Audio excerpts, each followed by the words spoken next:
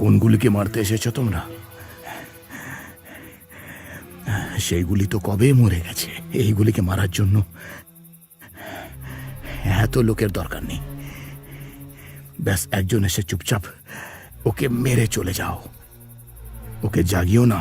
গুলি, আমরা তো ভেবেছিলাম তুই জেল থেকে বেরিয়ে আমাদের উপর বদলা নিবি, আমাদের মারার প্ল্যান করবি, কিন্তু তোর অবস্থা তো দেখছি খুবই খারাপ হয়ে আছে রে।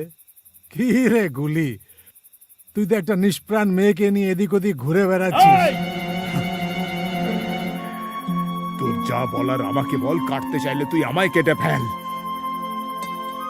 কিন্তু ওকে কিছু বললে ভুল করবি।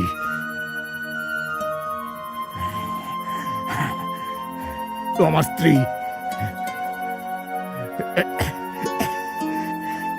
আমার স্ত্রীও, আমার প্রাণও,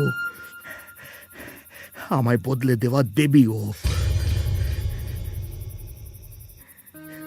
নিষ্প্রাণ বলে তুই ওকে? নিষ্প্রাণ তো তোর মতন আমার মতন লোকেরা। তৌফিক, এত লোকের মধ্যে কে শান্তিতে আছে? হ্যাঁ, আমাদের পরিবারের লোকেদের আমরা কোথায় কোথায় রেখে আসি, শুধু এই ভয় যে তাদের কিছু হয়ে না যায়। একটা দিন তোমাদের মনে পড়ে যেদিন তোমরা তোমাদের পরিবারের সাথে শান্তিতে কাটিয়েছ? একটু ভালো করে বাঁচার জন্যে সব কিছু ছেড়ে আমি এখানে এসে বসেছি, আর তোমরা আমায় মারতে চাইছো। আজ তুমি আমাকে মারতে এসেছো, কাল অন্য কেউ তোমাকে মারতে আসবে। তৌফিক, এই পরম্পরা শুধু চলতেই থাকবে, চলতেই থাকবে, এই কখনো থামবে না। তুমি আমাকে মারতে চাও, তাই না তৌফিক? তুমি খুশি হবে তো খুশি হয়ে যাও, আমি তোমায় একদম আটকাবো না।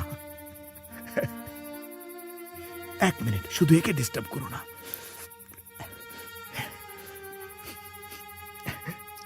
এখন তোমরা যা চাও করো, আমি কিচ্ছু বলবো না।